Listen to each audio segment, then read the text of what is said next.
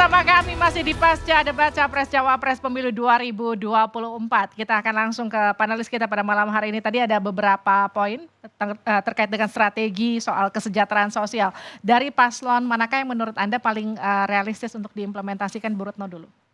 Kalau soal kesejahteraan sosial sih saya ngelihatnya misalnya mungkin arahnya tadi ya.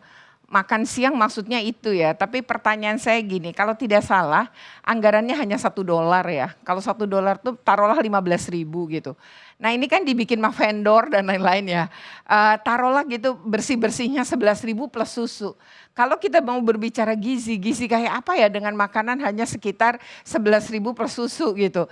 Saya justru tidak menangkap bahwa ini akan betul-betul meningkatkan gizi gitu. Karena jangan-jangan nanti isinya ya cuma mie ya gitu atau hal yang nilainya memang mau nggak mau ya jadi rendah karena kan pasti dipotong macam-macam termasuk kemasan. Yang kedua adalah terkait dengan ini diambilnya dari mana ya? Apakah dari dana kesejahteraan ataukah diambil dari dana pendidikan? Nah kalau diambil dari anggaran pendidikan maka itu akan memberatkan karena anggaran pendidikan saja itu sudah untuk 24 KL.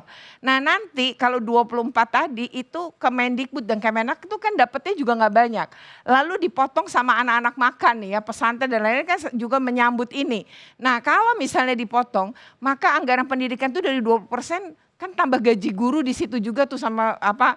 Nah itu saya khawatir nanti tuh biaya pendidikan atau anggaran pendidikan kita untuk operasional malah lebih rendah. Nah terakhir saya rasa terkait dengan kalau mau ini malah sebaiknya meningkatkan misalnya pelayanan pendidikan.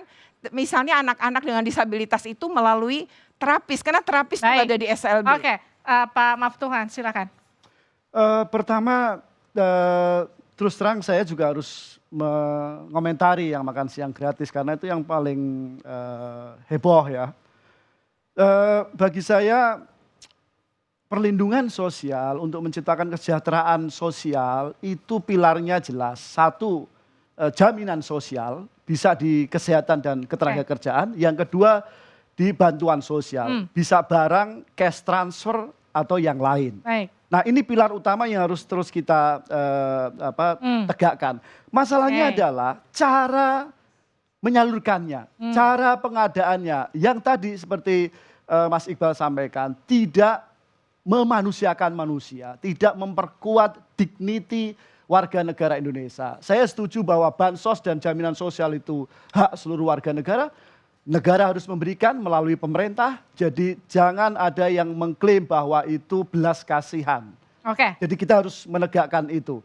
Dan kita harus punya satu frame yang sama bahwa antara ikan dengan kail itu sama-sama pentingnya. Tinggal bagaimana kita membuat proporsi yang sesuai dengan kebutuhan masyarakat. Tepuk tangan untuk panelis kita pada malam hari ini. Sambil saya cek pendukung masing-masing paslon dari paslon nomor urut 1 masih semangat nggak malam hari ini? Pendukung dari paslon nomor urut 2. Pendukung paslon nomor urut 3. Oke, kita langsung ke Mbak Sarah. Dijawab dulu Mbak Sarah tadi dari Mbak Retno soal tadi maksi gratis dianggap kurang realistis. Anggarannya dari mana nanti? Alhamdulillah dikasih kesempatan untuk menjawab. Jadi yang pertama, dari segi anggaran ini nggak langsung serta-merta di tahun 2025 akan untuk semua anak sekolah. Tidak, kita sudah menjelaskan ini akan secara bertahap. Jadi kita akan memprioritaskan untuk anak-anak SD tahun 2025. Alokasi anggarannya tentunya sudah dilihat dari porsi-porsi yang tidak mengurangi. Tidak mengurangi karena memang sudah pasti ini seharusnya dari kesejahteraan sosial. Parlinsos itu salah satunya sebenarnya ya, dan juga tentunya dari pangan, dari pertanian dan saya mau meluruskan satu hal juga. $1 itu bukan $1 untuk tiap makan, tetapi untuk setiap $1 investasi akan menghasilkan $9 hasil outputnya.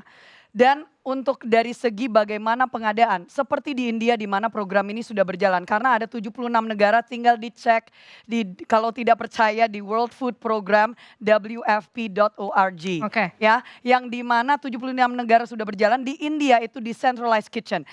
Jadi dapur-dapurnya itu justru ada di sekolah-sekolahnya. Yang di mana bisa ini pemberdayaan ekonominya yang 2% Oke. itu adalah dengan mengangkat UMKM yang menghasilkan sayur mayur dan juga lauk pauk dan tentunya Oke. untuk petani dan nelayan yang ada di sekitar. Saya ke Pak Satya, tadi Pak Ganjar juga sempat mention ini nggak setuju dengan makan siang gratis. Jangan confuse antara stunting dan juga gizi buruk. Mas Satya? Kalau kami melihatnya yang paling penting adalah satu datanya dulu. Kenapa? Karena kalau kita ingin memanusiakan manusia dengan tadi bantuan, bagaimana caranya ini di lapangan Pak Ganjar menemukan setiap orang yang ingin mendapatkan bansos harus mendaftarnya ke Kementerian Sosial dan aparat di bawahnya. Nanti untuk pendidikan ke Kementerian Pendidikan, untuk yang lain lagi ke kementerian yang lain.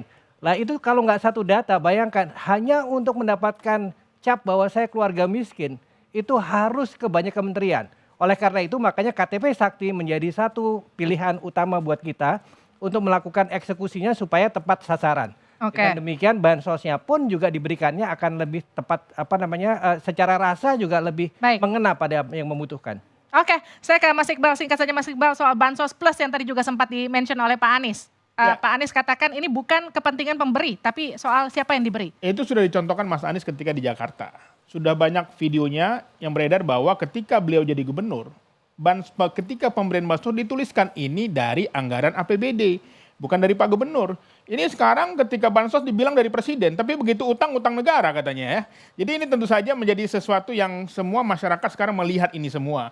Bahwa ini adalah sesuatu perlakuan yang tidak etis menurut saya. Apalagi sampai presiden turun tangan langsung memberikan kepada masyarakat. Itu kan sudah ada tugas-tugasnya. Oke. Itu tugas-tugas Pak RT, Pak RW, ya Lurah, Pak Camat ya. Itu bukan tugas presiden. Baik. Tapi kami menyedihkan, menyayangkan sekali kenapa perilaku pola-pola seperti ini dilakukan. Karena ini adalah politik di zaman perbudakan. Baik. Pork barrel politik namanya. Tepuk tangan untuk seluruh narasumber saya pada malam hari ini.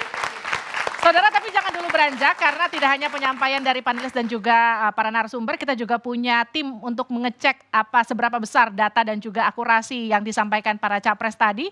Rekan saya Titi Anissa juga nanti akan menyampaikan untuk Anda, tetap bersama kami.